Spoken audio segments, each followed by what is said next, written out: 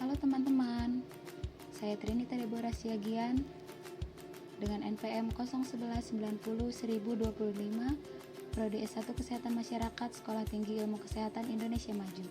Saya akan menjelaskan tentang emosi manusia dalam psikologi kesehatan. Selamat menyaksikan.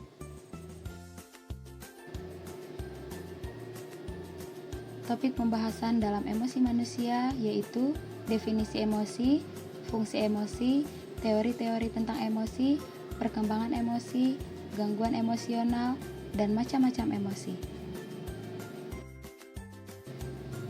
Berikut adalah definisi emosi.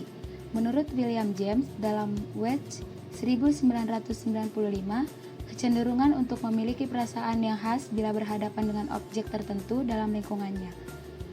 Menurut Crow dan Crow 1962, suatu keadaan yang bergejolak pada diri individu yang berfungsi sebagai inner adjustment, yaitu penyesuaian diri dari dalam terhadap lingkungan untuk mencapai kesejahteraan dan keselamatan individu.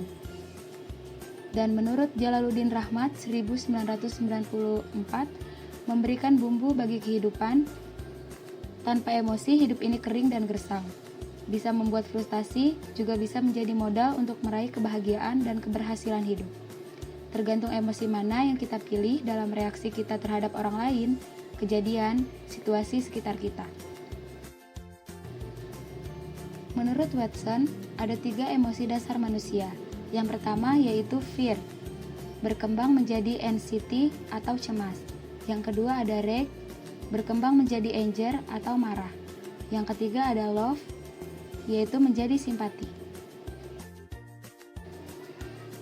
Menurut Descartes, ada 6 emosi dasar manusia, yaitu desire atau keinginan, hate atau benci, wonder atau kagum, sorrow atau kesedihan, love atau cinta, dan joy atau kegembiraan. Adapun fungsi emosi yaitu 1. Untuk mempertahankan hidup atau survival. Emosi sebagai survival berarti bahwa emosi berfungsi sebagai sarana untuk mempertahankan hidup. Emosi memberikan kekuatan pada manusia untuk membedakan dan mempertahankan diri terhadap adanya gangguan atau rintangan. Adanya rasa cinta, sayang, cemburu, marah, atau benci membuat manusia dapat menikmati hidup dalam kebersamaan dengan manusia lain. Yang kedua, sebagai pembangkit energi atau disebut energizer. Emosi sebagai energizer menjadikan emosi sebagai pembangkit energi. Emosi dapat memberikan kita semangat dalam bekerja dan hidup. Misalnya, perasaan cinta dan sayang. Di sisi lain, emosi juga bisa memberikan dampak negatif yang membuat kita merasakan hari-hari suram dan tidak bersemangat dalam hidup, seperti perasaan sedih dan benci. Fungsi emosi yang berikut yaitu sebagai pembawa pesan atau messenger. Emosi sebagai messenger artinya bahwa emosi yang terjadi dalam diri seseorang dapat membawa pesan atau informasi. Emosi memberitahukan kita bagaimana keadaan orang-orang yang berada di sekitar sehingga kita dapat memahami dan melakukan sesuatu yang tepat dengan kondisi tersebut. Yang berikutnya, untuk menyatakan kesiapan diri. Untuk menyatakan kesiapan diri dalam menetapkan, memelihara, atau mengubah hubungan sosial pada lingkungan terkait dengan masalah yang ada. Adapun teori-teori tentang emosi, yaitu teori emosi 2 faktor atau disebut Schechter Singer. Reaksi fisiologik dapat saja sama, jantung berdebar, tekanan darah naik, nafas bertambah cepat, adrenalin meningkat. Bila rangsangannya menyenangkan, maka emosi yang timbul akan menyenangkan, tapi bila rangsangannya membahayakan, maka emosi yang timbul adalah rasa takut membentuk keyakinan tentang apa yang dirasakannya. Yang berikutnya, teori emosi James Lange. Emosi terjadi setelah terjadinya reaksi psikologik. Jadi kita takut karena kita lari setelah melihat ular. Jadi emosi adalah hasil persepsi seseorang terhadap perubahan-perubahan yang terjadi pada tubuh sebagai reaksi terhadap rangsangan dari ular. Contoh takut pada harimau. Respon dipersepsikan, timbul rasa takut. Contoh orang tertawa bukan karena senang, tapi senang karena tertawa.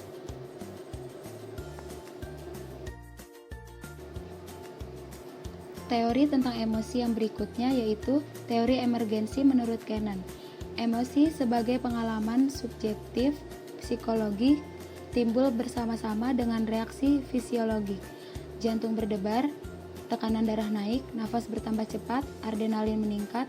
Jadi, reaksi yang diberikan oleh organisme dalam situasi darurat.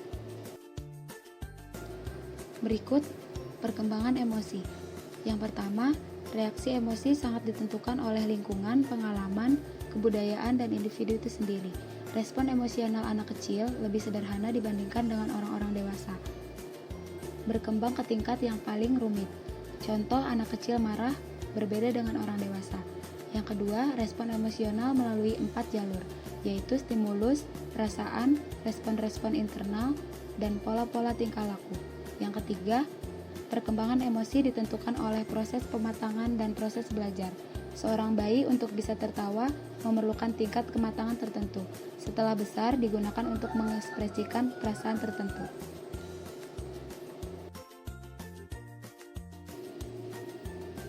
Yang berikut adalah gangguan emosional. Yang pertama, teori lingkungan. Menurut Russell, tahun 1993, penyakit mental disebabkan oleh berbagai kejadian yang menimbulkan terjadinya stres. Contoh, anak menangis karena diolok-olok.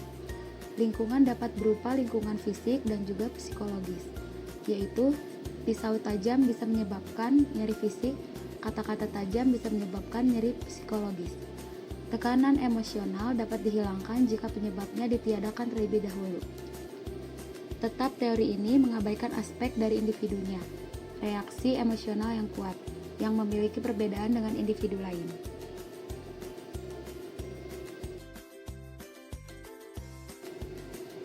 Gangguan emosional yang terakhir, menurut Albert Ellis, tahun 1962, masalah timbul bukan karena disebabkan langsung oleh masalah kita atau perasaan bawah sadar kita, tapi melainkan oleh karena pendapat yang salah dan irasional, baik disadari atau tidak disadari.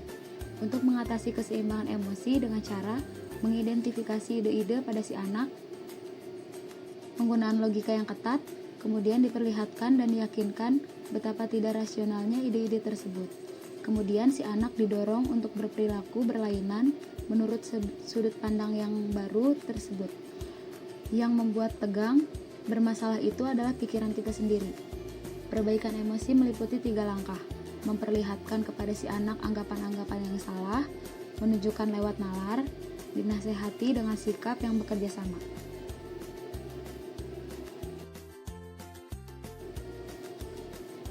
Adapun macam-macam emosi yaitu yang pertama, emosi bahagia. Emosi bahagia bisa ditunjukkan dengan cara-cara berikut ini.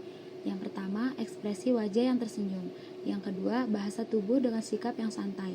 Yang ketiga, nada suara yang ceria dan menyenangkan. Kebahagiaan dapat berpengaruh terhadap kesehatan fisik. Sebaliknya, orang yang sulit menemukan emosi bahagia akan mudah untuk stres dan depresi, yang juga berujung pada imunitas yang rendah. Macam-macam emosi yang kedua yaitu emosi sedih. Emosi sedih dapat diekspresikan dalam beberapa cara, misalnya dengan suasana hati yang murung, diri yang cenderung diam, lesu, usaha untuk menarik diri dari orang lain, menangis. Kesedihan merupakan emosi yang wajar dirasakan banyak orang. Hanya saja, beberapa individu bisa merasakan kesedihan berkepanjangan. Macam-macam emosi yang ketiga yaitu emosi takut. Emosi takut dapat ditunjukkan dengan cara berikut ini. Yang pertama, ekspresi wajah yang khas, seperti melebarkan mata dan menarik dagu ke bawah. Yang kedua, mencoba bersembunyi dari ancaman. Yang ketiga, reaksi fisik seperti pernapasan dan detak jantung menjadi cepat. Rasa takut bisa berkaitan erat dengan kecemasan. Misalnya, orang yang mengidap kecemasan sosial akan merasakan takut dalam menghadapi situasi sosial.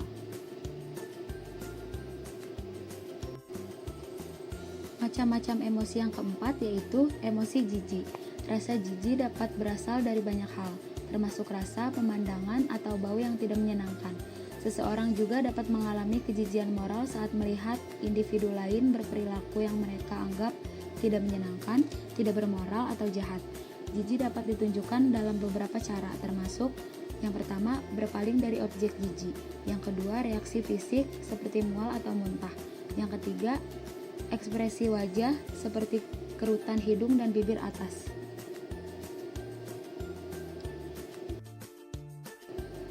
Macam-macam emosi yang kelima, yaitu emosi marah. Emosi marah bisa ditunjukkan dengan cara berikut ini. Yang pertama, ekspresi wajah, termasuk dengan mengerutkan kening atau melotot. Yang kedua, bahasa tubuh, seperti mengambil sikap yang kuat atau berpaling dari seseorang. Yang ketiga, nada suara, seperti berbicara kasar atau berteriak. Yang keempat, respon fisiologis, seperti berkeringat atau memerah.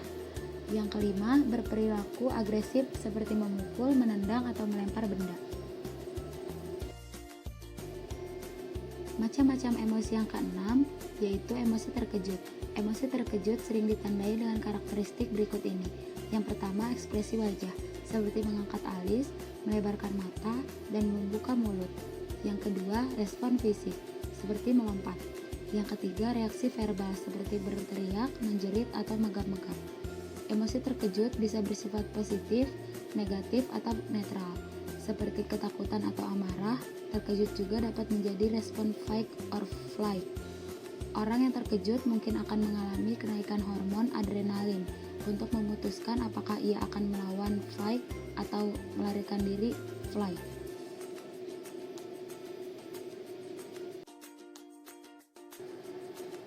Demikian penjelasan tentang materi emosi manusia. Kiranya penjelasan tentang materi ini boleh bermanfaat untuk teman-teman semuanya.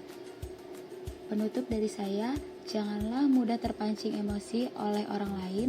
Ketika ada seseorang yang ingin memancing emosimu, sebaiknya berilah senyuman kepadanya. Terima kasih.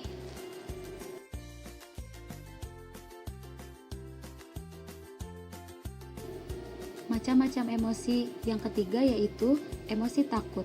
Emosi takut dapat ditunjukkan dengan cara berikut ini. Yang pertama, ekspresi wajah yang khas, seperti melebarkan mata dan menarik dagu ke bawah. Yang kedua, mencoba bersembunyi dari ancaman. Yang ketiga, reaksi fisik seperti pernapasan dan detak jantung menjadi cepat. Rasa takut bisa berkaitan erat dengan kecemasan. Misalnya, orang yang mengidap kecemasan sosial akan merasakan takut dalam menghadapi situasi sosial.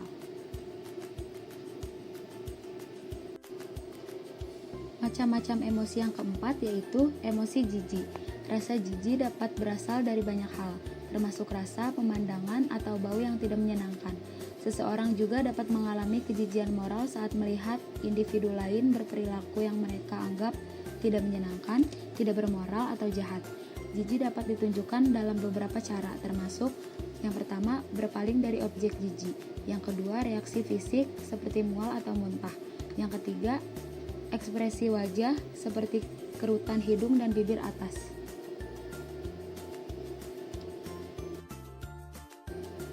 Macam-macam emosi yang kelima, yaitu emosi marah. Emosi marah bisa ditunjukkan dengan cara berikut ini. Yang pertama, ekspresi wajah, termasuk dengan mengerutkan kening atau melotot. Yang kedua, bahasa tubuh, seperti mengambil sikap yang kuat atau berpaling dari seseorang. Yang ketiga, nada suara, seperti berbicara kasar atau berteriak. Yang keempat, respon fisiologis, seperti berkeringat atau memerah. Yang kelima, berperilaku agresif seperti memukul, menendang, atau melempar benda. Macam-macam emosi yang keenam, yaitu emosi terkejut. Emosi terkejut sering ditandai dengan karakteristik berikut ini. Yang pertama, ekspresi wajah, seperti mengangkat alis, melebarkan mata, dan membuka mulut. Yang kedua, respon fisik, seperti melompat. Yang ketiga, reaksi verbal, seperti berteriak, menjerit, atau megap-megap. Emosi terkejut bisa bersifat positif, negatif, atau netral, seperti ketakutan atau amarah. Terkejut juga dapat menjadi respon fight or flight. Orang yang terkejut mungkin akan mengalami kenaikan hormon adrenalin untuk memutuskan apakah ia akan melawan fight atau melarikan diri flight.